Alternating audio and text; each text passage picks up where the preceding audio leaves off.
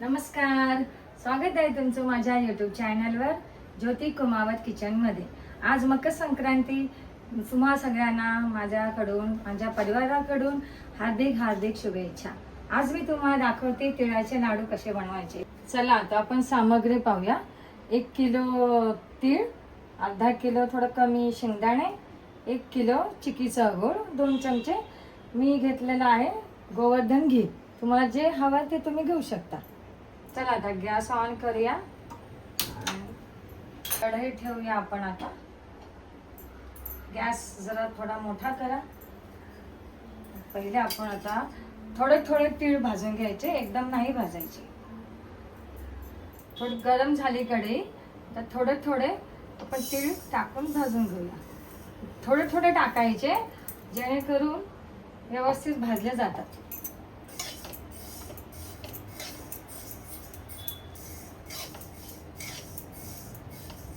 बोल।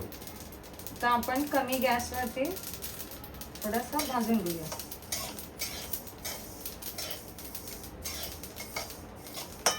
ते बघा असं ह्या कलर पर्यंत बघा भाजायचं। 2-3 मिनिटांमध्ये होतं, 3-4 मिनिटं मध्ये व्यवस्थित खुरपूस भाजून घ्यायचं। कच्चं ठेवायचं नाही, मध्ये चव येत नाही।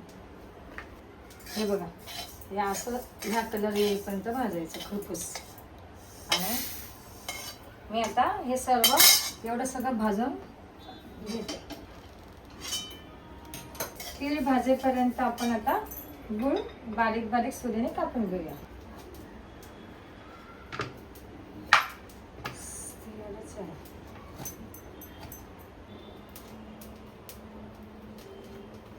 ह्या पद्धतीने असं गूळ कापून घ्यायचा।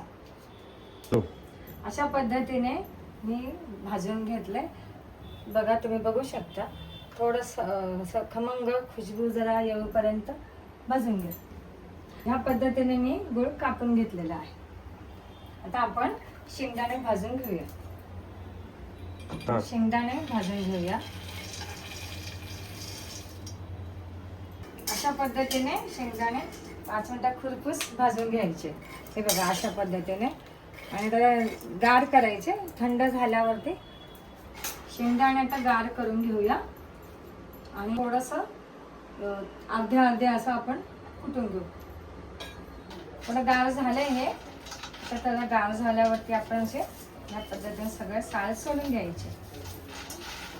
मग कुटून घ्या, आणि आता थोडंसं मिक्सरमध्ये थोडंसं जाडसर वाटलं तरी चालेल।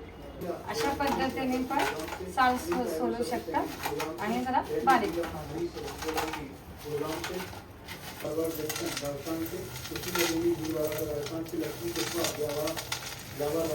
शेंगदाणे ना म्हणजे शक्यतो बारीक घ्यायचे, चवदार लागतात खूप। मोठे शेंगदाणे एवढा चव नसते। साल असे पाकडून घ्या, सगळं सालट असं बाहेर निघून जाईल।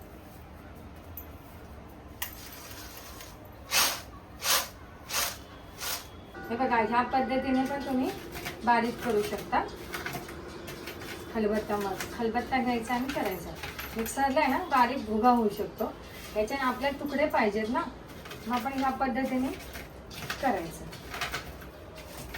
अशा पद्धतीने मी करून घेतले शेंगदाणे। तर गॅस लावते, कढई तापून घेऊ। आता आपण गुळाचा पाक तयार करूया।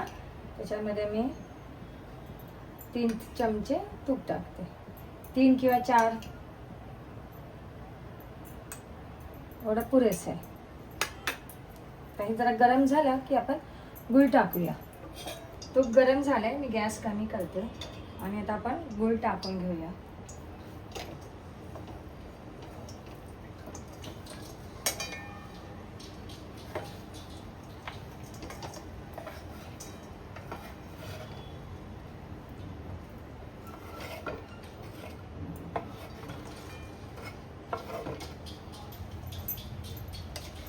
बोलू आता हे गूळ हलवून घेऊया तुपामध्ये, आणि आता छानपैकी याचा आपण पाक करूया, गुळाचा पाक करूया।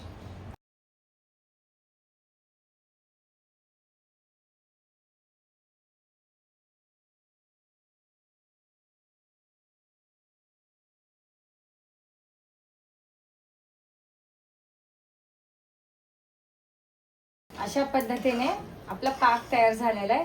हे बघा तुम्ही बघू शकता. अशा पद्धतीने करायचे. करूया. आणि मी आता खाली घेते कढई. त्याच्यात आपण हे तीळ जे भाजून घेतलेलं आहे ना, ते आता पहिले आपण तीळ टाकूया. आणि पटापट टाकायचं आहे, वेळ न घालवता.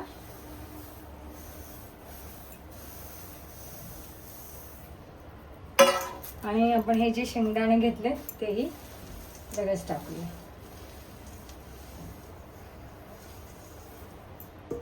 आता हे एकजीव करूया पाकामध्ये. जे तीळ आणि जे शेंगदाणे टाकले ना आपण ते. आणि हे लगेच करायचं. गरम गरम असताना सगळं एकजीव करून घ्यायला लागेल. लगेच घ्यायचं.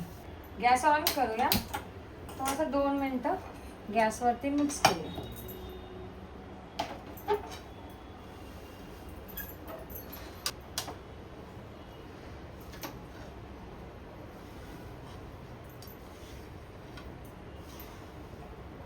हे बघा अशा पद्धतीने सगळं एकजीव करून घ्या.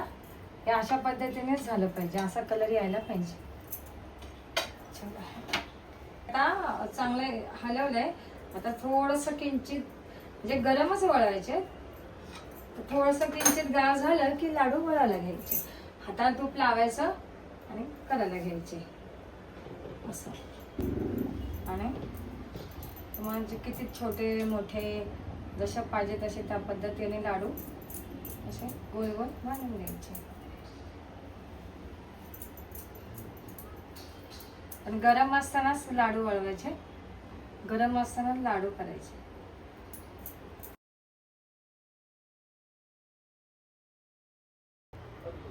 एकदम भारी एकदम भारी दिसतंय.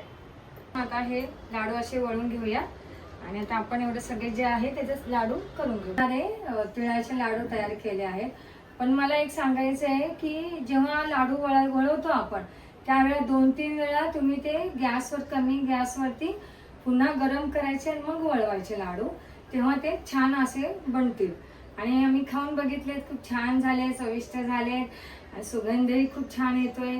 तुम्ही नक्की करून बघा. तुम्हाला पण खूप आवडतील.